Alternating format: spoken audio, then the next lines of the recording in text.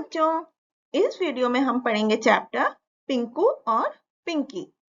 उससे पहले हम कुछ एक्टिविटी करते हैं। यहाँ पर बच्चों कुछ चित्र आप देख रहे हैं स्क्रीन पर।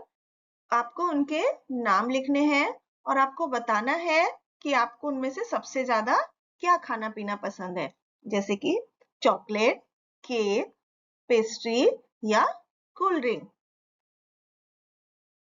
अब हम इस चैप्टर में बच्चों क्या सीखेंगे, क्या जानेंगे। इस पाठ का उद्देश्य है बच्चों को बुरी आदतों से दूर रखना और चोरी न करने की सीख देना। और नैतिक मूल्य क्या सीखेंगे कि अच्छी आदतों का विकास करने के बारे में और बुरी आदतों का क्या परिणाम होता है उसके बारे में जानेंगे। अब हम पाठ का परिचय पढ़ते हैं। बच्चों, इस पाठ में बताया गया है कि किस तरह से पिंकी और उसकी माँ ने पिंकू को सबक सिखाया। आइए पाठ पढ़कर जानते हैं। पिंकू और पिंकी भाई बहन थे और दोनों एक ही स्कूल में पढ़ते थे, इसलिए एक साथ ही आते जाते थे। पिंकू और पिंकी के स्वभाव बिल्कुल भिन्न थे। भिन्न मतलब बिल्कुल अलग अलग थे। पिंकी बहुत ही सीधी सादी सी थी और जबकि पिंकू को घर में रखी हुई चीजें चुरा कर खाने की बहुत बुरी आदत थी। तो बिस्कुट हो या नमकीन हो, पेस्ट्री हो या चॉकलेट हो, वो कुछ नहीं छोड़ता था। अक्सर माँ उसे इस बात के लिए बहुत डांटती भी थी, लेकिन उस पर इनकी बातों का कोई असर नहीं होता था।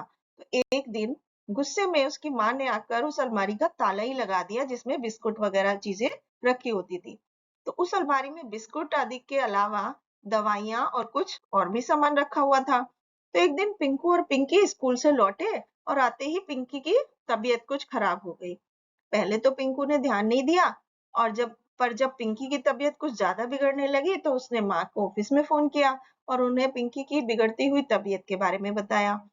तो उनकी माँ बोली, पिंकू लगता है पिंकी को लू लग गई है। लू मतलब जब गर्मियों में गर्म हवाएं चलती हैं दिन के समय, उन्हें लू बोलते हैं।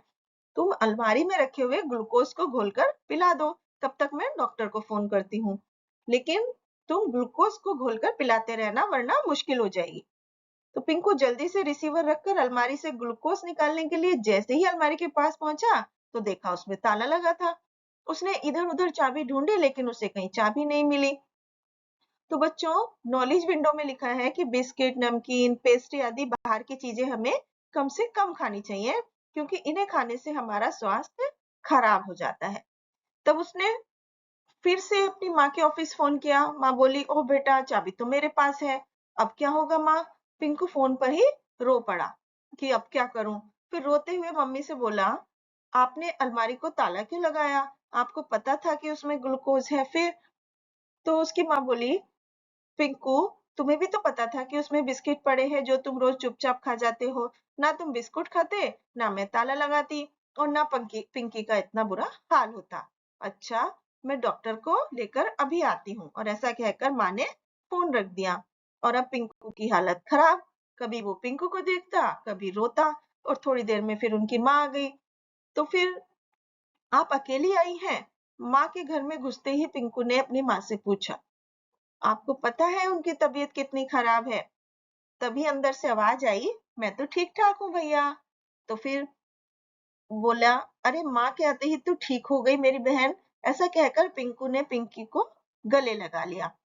फिर पिंकू रो पड़ा और रोते हुए बोला, अब मैं कभी चोरी नहीं करूंगा, कभी नहीं।